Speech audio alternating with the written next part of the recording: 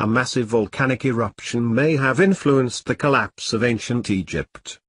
Welcome to Mysterious World YouTube channel. Please subscribe and share for more updates.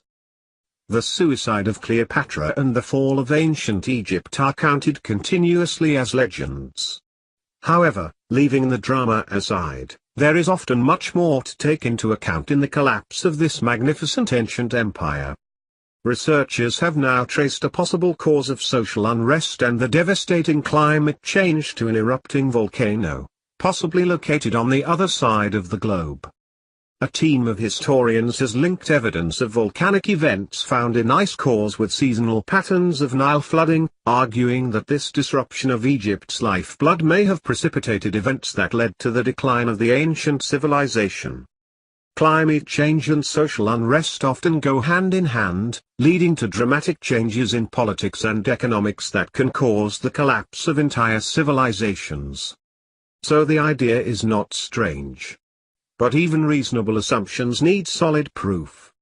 That's the beauty of these weather records, says researcher Joseph Manning from Yale University. For the first time, you can see a dynamic society in Egypt, not just a static description of a group of texts in chronological order. The team relied on previous research detailing the calendar of significant volcanic eruptions over the past 2,500 years.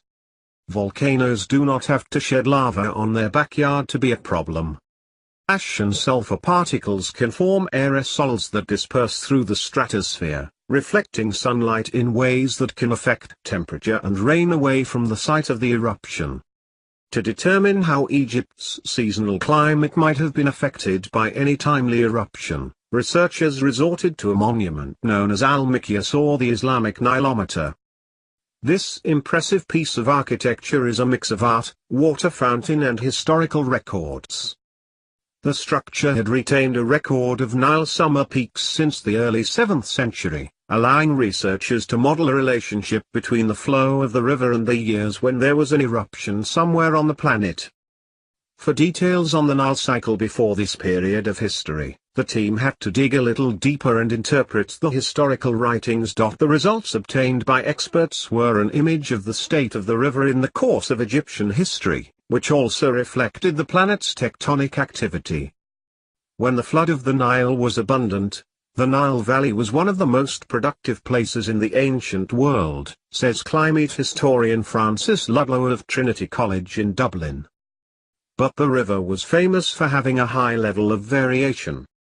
The Nile is famous today for being one of the longest rivers in the world, but for the ancient Egyptians, it was the center of everything.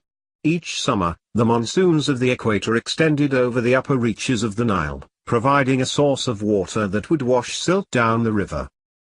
Without this annual supply of fertile land and water, Egypt's crops would simply die, leading to food shortages.